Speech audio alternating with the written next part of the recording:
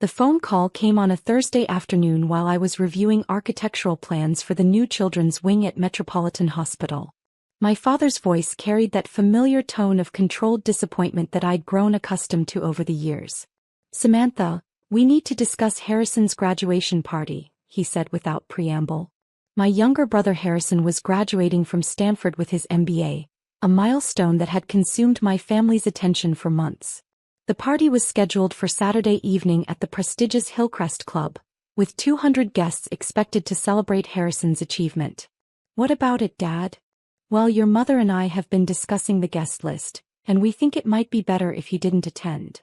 I set down my pen and leaned back in my office chair, looking out at the city skyline 30 floors below. "I see. And why is that?" "It's nothing personal, Samantha. It's just that this is a very important event for Harrison's career. The guest list includes partners from major consulting firms, executives from Fortune 500 companies, influential alumni from Stanford's business school." "Okay. The thing is," he continued, clearly uncomfortable but determined to push forward, "your current situation might not fit with the tone we're trying to set." My current situation. That was my family's diplomatic way of referring to what they perceived as my complete lack of professional success. For the past 4 years, I'd been deliberately vague about my work, telling them only that I was involved in various projects and doing some freelance consulting. "You think I'll lower the tone?" I asked. "It's not that we're ashamed of you," he said quickly. "It's just that Harrison has worked so hard to position himself for success, and this party is really about networking and making the right impressions." "And you don't think I make the right impression?" "Samantha, be realistic. You're 32 years old, you don't have a traditional career, you live in that tiny apartment, you drive a car that's older than some of the graduates. These are successful people who've built substantial lives. They won't understand your lifestyle choices." I almost laughed. My tiny apartment was actually a penthouse I'd bought in cash 3 years ago. I kept it modest because I preferred simplicity. My old car was a perfectly maintained vehicle that I drove because I cared more about reliability than status symbols. "So you want me to skip my own brother's graduation party?" "We want what's best for Harrison's future," my father said firmly. "And honestly, we think you'd be more comfortable staying home anyway. These corporate networking events can be overwhelming for people who aren't used to that environment." "I understand, Dad. I'll stay home." "Really? You're not going to argue about it?" "No, I think you're probably right. I wouldn't want to make Harrison uncomfortable." "Thank you, Samantha. I knew you'd be mature about this. We'll take lots of pictures to show you later." After hanging up, I sat in my office for a few minutes, processing the conversation. My own family had uninvited me from my brother's graduation party because they thought I was too unsuccessful to be seen in public with them. My assistant Jennifer knocked on my door. "The hospital committee is here for the 4 o'clock meeting about the children's wing donation." "Send them in," I said, pushing aside my family drama to focus on more important matters. The meeting went well. The hospital's development team was grateful for the $15 million donation I was making through my foundation to build the new pediatric cancer treatment center. We reviewed the architectural plans, discussed the timeline, and finalized the details for the groundbreaking ceremony. "Ms. Thompson," the hospital CEO said as the meeting concluded, "I can't express how much this donation means to our patients and their families. This new wing will save countless lives." "That's what matters," I replied. "Sometimes the most important investments are the ones that don't generate financial returns." Friday evening, I received a call from my mother. "Samantha, honey, I just wanted to check that you're okay with missing the party tomorrow." "I'm fine, Mom. I have plenty to keep me busy. Your father mentioned you took it very well. To be honest, I was worried you might be upset." "Why would I be upset?" "Well, it's just that I know you don't have much of a social life, and I thought you might have been looking forward to getting out and meeting people." My social life actually consisted of charity galas, board meetings, and business dinners with some of the most influential people in the country. But my mother didn't need to know that. "I'll be fine, Mom. I have a new show to binge watch anyway." "That's good, dear. You know, maybe this will motivate you to work on building a more substantial life. Harrison's success could be inspiring for you." "Maybe so. I love you, honey. Even if you're not as ambitious as your brother, you're still our daughter." Saturday arrived and I spent the morning at my foundation's office, reviewing grant applications and discussing upcoming projects with my program directors. The Samantha Thompson Foundation had quietly become one of the largest private charitable organizations in the state, funding everything from educational scholarships to medical research to environmental conservation. In the afternoon, I settled in at home with takeout and Netflix as promised. I was halfway through a documentary series when my phone started ringing. The first call was from my mother, her voice panicked. "Samantha, where are you?" "Home watching Netflix. Remember? You uninvited me. We need you to come to the party. Right now." "Why? What happened?" "Just come. Please. I'll explain when you get here." The second call came 5 minutes later from Harrison himself. "Sam, I need you at the Hillcrest Club immediately." "Harrison, Dad specifically told me not to come because I'd lower the tone." "Forget what Dad said. I need my sister here. Please." The third call was from my father, his voice strained in a way I'd never heard before. "Samantha, there's been a misunderstanding. You need to come to the party." "What kind of misunderstanding?" Please come.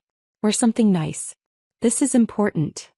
Intrigued despite myself, I changed into a simple black dress and drove to the Hillcrest Club.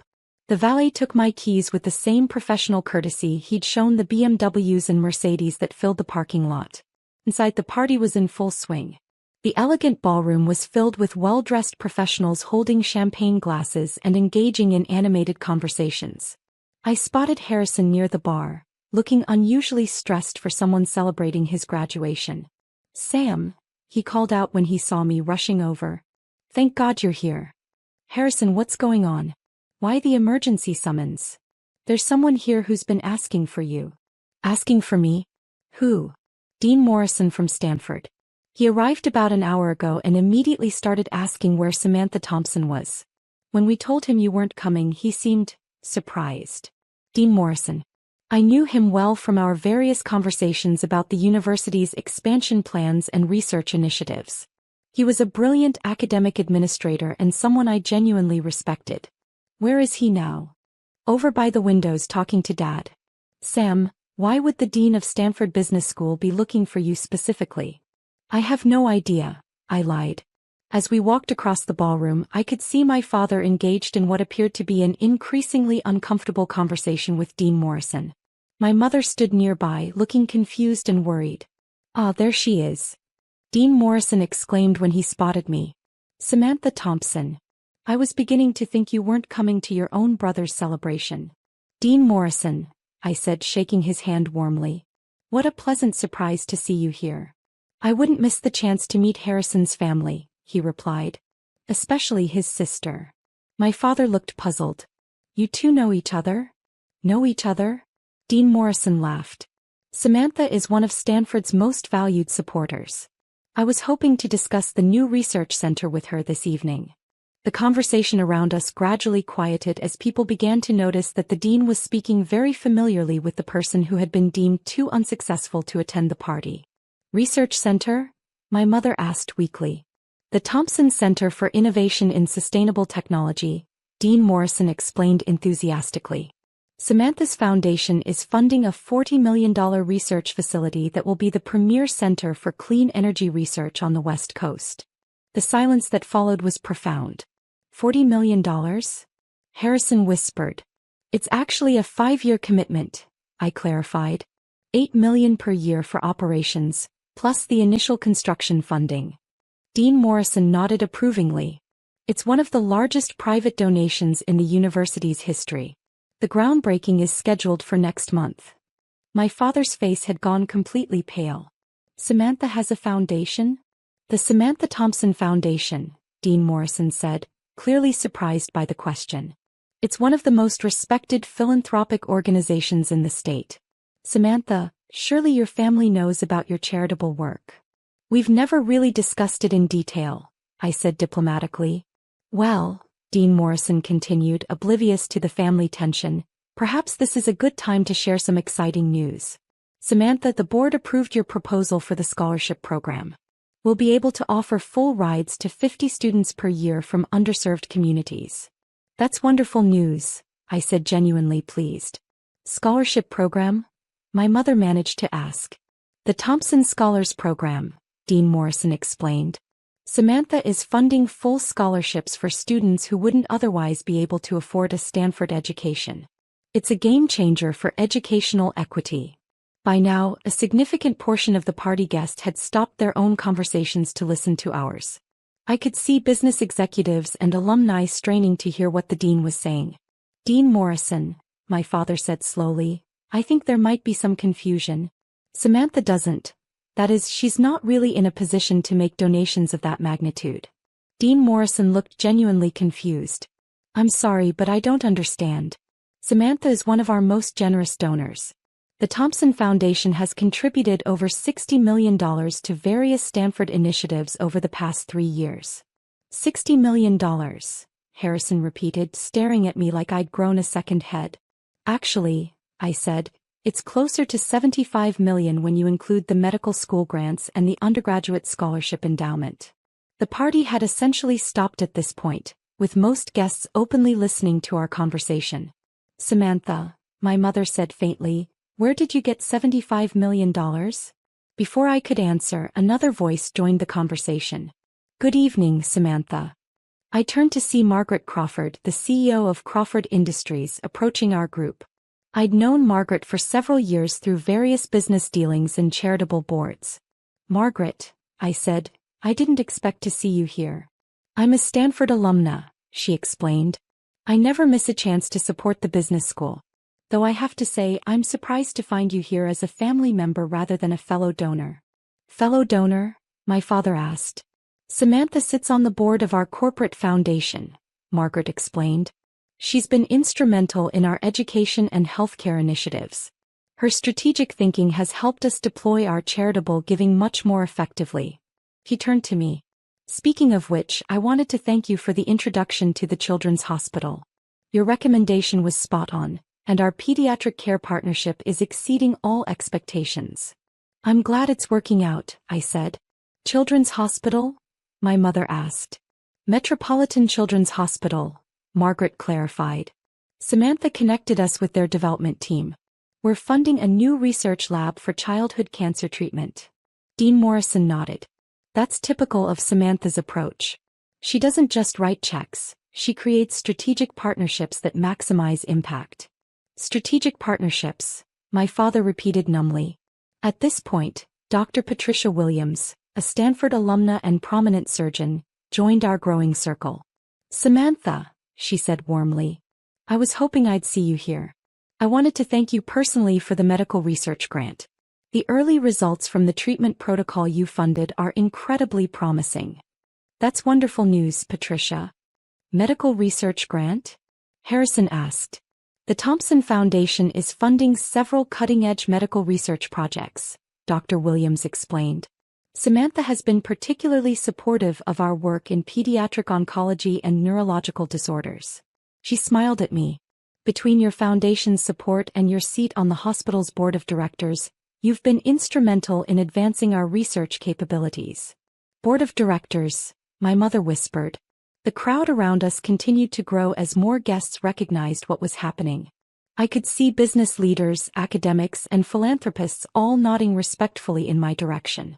Samantha, Dean Morrison said, I hope you don't mind, but I'd love to introduce you to some of our other major donors. I think you'd have a lot in common. That would be nice, I said. As Dean Morrison began introducing me to various guests, I could see my family standing frozen in place, clearly struggling to process what they were learning about me.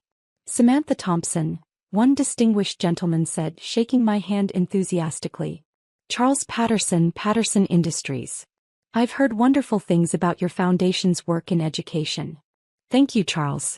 I'm familiar with your company's environmental initiatives. Perhaps we should discuss some collaboration opportunities, he suggested.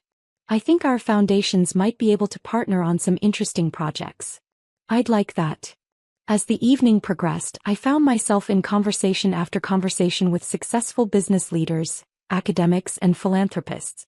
These were exactly the kind of people my father had said would be impressed by success and wouldn't understand my lifestyle choices. The irony was that many of them knew me better than my own family did. Around 9 o'clock, Harrison finally approached me during a brief lull in conversations. Sam, I need to ask you something and I need you to be completely honest. Okay. Are you actually wealthy? Define wealthy. Are you worth more than $1 million? Yes. More than 10 million? Yes. More than. He paused, clearly afraid to ask. More than 50 million? Harrison, my foundation has donated over $100 million in the past 5 years. That doesn't include my personal investments or business interests. He stared at me for a long moment. How? I started investing in technology companies when I was 25. I got lucky with a few early-stage investments that became very successful. Instead of spending the money, I kept reinvesting and eventually started the foundation to give most of it away. But you live in a tiny apartment and drive an old car. I live in a penthouse apartment because I like the simplicity and the view. I drive a reliable car because I care more about functionality than status. Money doesn't have to change how you live. It just gives you more options for how you help others. My father approached us, looking shaken. Samantha, I owe you an enormous apology. Yes, you do. I had no idea. I never realized. Why didn't you tell us about your success? Dad, you told me not to come to Harrison's graduation party because you thought I'd lower the tone. You assumed I was unsuccessful because I don't perform success the way you expect it to be performed. But if you had known, you would have treated me differently. But the question is, why was it okay to treat me poorly when you thought I was unsuccessful? The weight of that question settled over our family conversation. We should have supported you regardless, my mother said quietly. We should have been proud of you whether you were wealthy or struggling. Yes, you should have. Dean Morrison rejoined our group, oblivious to the family tension. Samantha, I wanted to let you know that the research team would love to present their preliminary findings to you next month. Would you be available for a campus visit? I'll check my calendar and get back to you. Excellent. And Harrison, he turned to my brother, congratulations again on your graduation. You should be very proud of your achievements.